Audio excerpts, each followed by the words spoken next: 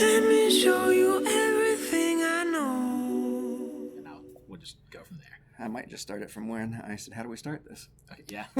That's what we did on the last video. Yeah. In the last video, David McCreary, by the way, I'm Bill Gladwell. Hey. And the last video we did together was several years ago. But it was good. We got like 100,000 like 100 hits on million it. views. 100,000 or so. Whatever. And I don't think it's because of what we talk. We just look good. Yeah, that's probably it. So, because we did a handshake induction on that one. Right. And creeps like to do the handshake induction, apparently. So that's what we helps did. with the ladies. But so you're going to talk about 2-wall and 4-wall. Yeah, not 1 wall, though. Right. That's like a lineup. That's okay. And 3 wall would be you're homeless. So then It's what a is cardboard 2-wall? box. So What is 2-wall and 4-wall? I asked you yesterday and you told me, so I kind of know, but we want you to know what 2-wall yeah, and and 4-wall is. when I first started in the business, when I say in the business, I've been performing for a while, but it's more in the business of 2-wall and 4-walling. Right. Let me tell you how we got started, and I'll tell you what it is. I'm from Ohio originally, and that's where we met. Right. Because host a cash explosion. Yeah. It's like a marketing video for you. I Yeah, guess. yeah. And You're like, host of what? Let me look that up. It's a game show. Oh, that's terrible. It's a game show that nobody knows about outside of Ohio. Right. And I was doing corporate work and some local stuff. I think we did. I think one of the first things we did together was some kind of fundraiser at Camelot Wine Cellars that we were that's right. celebrity bartenders or I something. forgot about that. And so I was doing corporate work, but when the economy went sideways in 2008, the first thing to get cut was entertainment at parties and stuff like that. And so my income each year started to go down. So I moved, and we moved. And when I say we moved, it was either Vegas or Atlantic City or Gatlinburg and Pigeon Forge area in Tennessee, which is like a hillbilly Las Vegas is what I nicknamed it. Right. Or Branson. Uh-huh. And we ended up going to Gatlinburg / Pigeon Forge because it was closest to Ohio, a 6-hour drive from where we were at. And if we didn't work, I was going to move back to Ohio. So that's why. And it worked out better than any of us would Sliced imagine. bread. Yeah. It did, because I came back, a year later and had lunch with you, and you said what? Well, you came back, and we knew that you went to Gatlinburg, and you were going to be the manager or something at a Hard Rock Cafe. Yeah, that's right. And not long after that, I get word that you've got your own show in Gatlinburg. Yes. Without it being planned when you left to go down there. It was planned, but nothing was started at all, because I was calling theaters in the Gatlinburg Pigeon Forge area, but nobody would talk to me because they didn't know who I was. Mm-hmm. So I figured I had to be in front of the people. So I did. I stopped everything with the corporate, and moved down to Gatlinburg Pigeon Forge. And I keep saying that because they're 5 miles apart if you've never been there, but it's just one big resort area. In the base of the Smoky Mountains. And I took a job with Hard Rock Cafe, and I took the first day when I signed the papers, I said, when I find a theater for my show, I'm going to quit. Yeah. And they didn't believe me. Right. And I gave myself 2 years, actually. And in 5 months, I happened to find one. I found a theater in Gatlinburg that had a hypnotist in it that was doing about 3 nights a week, and the other 4 nights were dark. Mm-hmm. So I approached the owners, and I said, you can make some money on these other nights. Just bring me in. And at the time, I was putting my mentalism show together. For years before that, I was a stage comedy hypnotist, and that's how we met. And so I met with them. They liked me, and it was just the right time, because when America's Got Talent, they were watching Eric Diddleman that year. Yep. And so they knew what it was and loved him, and they said, can you audition for us? I didn't have a show. I did not have a show. Right. I could serve them food if they came to Hard Rock. And so I said, when do you want me to audition? And they said, well, come next week, because we live a couple hours from here and we'll be back next week. And so I did. I put together 20 minutes in that week. Of mentalism. Okay. And they loved it, which was not out of the realm of what I did, because I did the hypnosis and I dabbled in. Right. And I'd seen you do some mentalism up here before you talked about going down there even. Yeah. So we did that, or I did that. And then I auditioned, they liked it. And then they said, we want you to start. And they gave me a date, which was like a few weeks later. Uh-huh. And then I get a call like at 1 o'clock in the morning and said, can you start tonight? And I said, I can. Or not tonight, but the next night. Right. And I said, I can, but why? And they said, well, the hypnotist was kind of mad because we were bringing another entertainer, so we would like to have you start because he's not there anymore. Wow. And so I did. So I hurried up and put together another hour worth of material. And I had about 75 to 80 minutes, which is how long my show is now. Hated it. It was bad. Yeah. And we 2-walled. Okay. And I didn't four-wall. And the difference is that four-walling, you go in, you rent a place. You pay the rent or whatever. And you pay for advertising, you pay for marketing, you pay for all of your expenses and utilities, and you do your show, and you keep 100% of the ticket sales. Two-walling, however, is a little bit different, where you strike up some kind of deal with the venue, and you split the ticket sales, and then you also most likely split the expenses. And so that's exactly what I did. I had a 70-30 split, and on both the income and the expenses. So I paid 70% of the expenses, but made 70% of the income. And it worked out very well. So what we did was any tickets we brought in, we deducted the expenses, and then anything left over, we split 70-30. And I did that for several years, and it was fun. It was just in the mountains and log cabins, and it was hillbilly Las Vegas.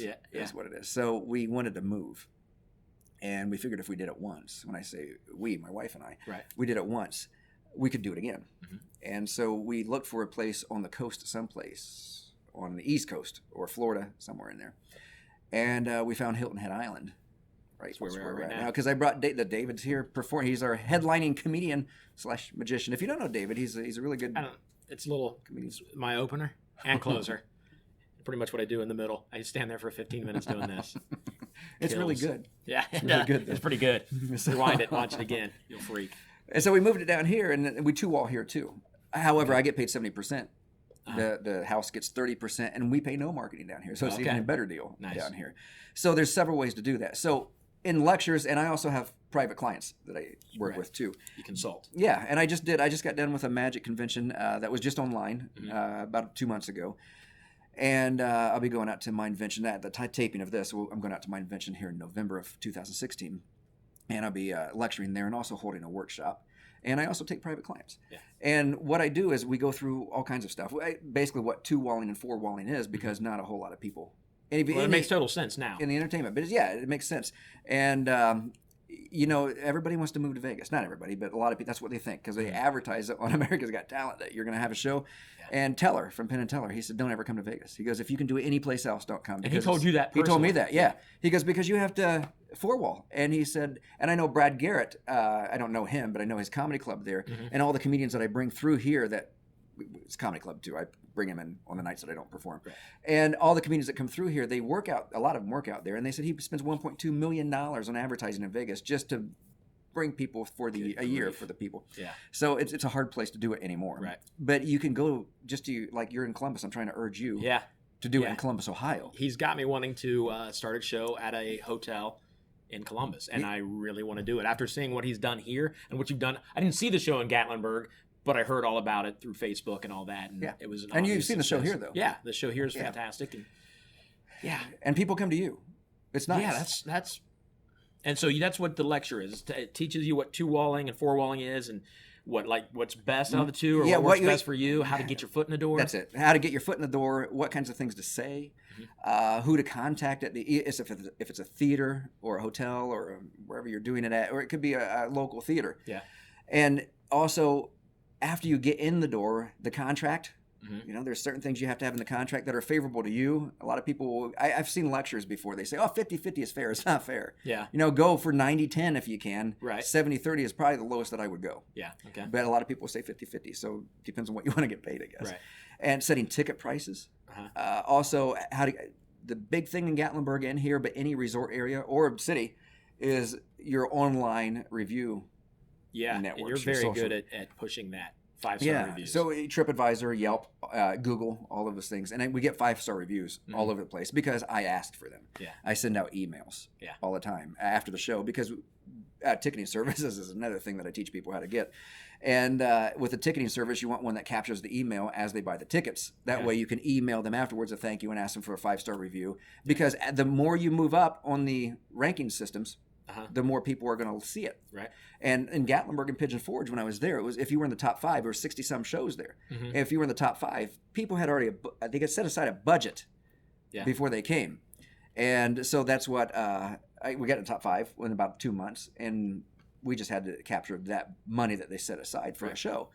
And we went to #1 and kept it there for several years. And then we moved down here and we're #1 here. And people look at that, Yelp and all that stuff. And if you can stay up there, plus any kind of marketing with concierges or resorts, any kind of print marketing, if you can get on radio and TV, not marketing, but I don't spend any money on radio and TV, but it's just getting promotion on radio and TV, interviews and things like that, magazines.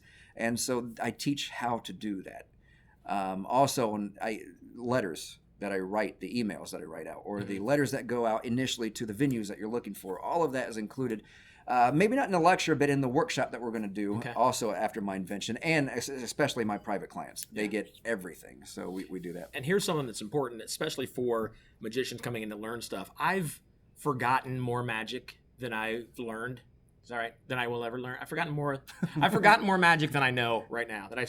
I've forgotten more magic than I remember. That's what I'm trying to say. We'll edit all that other stuff out. You got to see a show. It really is just that. So in other words, there's no reason for magicians to skip out or not be interested in something like this. You know magic. You know how to do stuff. Learn how to perform and where to perform and how to get shows. I mean, this is an important lecture if you want to be a performing magician. Yeah, and I'm not a guru. I'm going to go with coach for this. And the reason I say that is because my degrees are in business. I have a bachelor's degree in management, bachelor's degree in marketing, but that's not why I got this. The reason that I got this gig is because I just went out and did it, and that's the hardest part. Most people they're not as stupid as me, I guess, but they just don't drop everything and go out and do it. But you don't have to. Yeah. You don't have to. So. Well, very cool. Yeah. Anything else that we should tell them? I think we should tell them that we need to clear the stage. We've got a show in about... I know. We should have started the music already, and our camera person back here is doing something. What time is it? Something may be going on. 7:33. We usually let people in at 7:30. Yeah, so come to the lecture. Come to the lecture, or hire me, or come to the workshop. I mean, it's a guy. It's not a pipe dream. It's a guy that's done this stuff twice. And that's what I'll teach you. I'll teach you exactly what I did, and I've duplicated it twice. So. And I still remember when I heard back in Columbus, Bill Gladwell got his own show down in Gatlinburg. I thought he was a manager at a Hard Rock. He just left here. You mean he's got his own show? I hated that, by the way. Yeah. Anyways, that's another story. Now you're doing what you want to do. Well, let's do a show tonight. Is that good?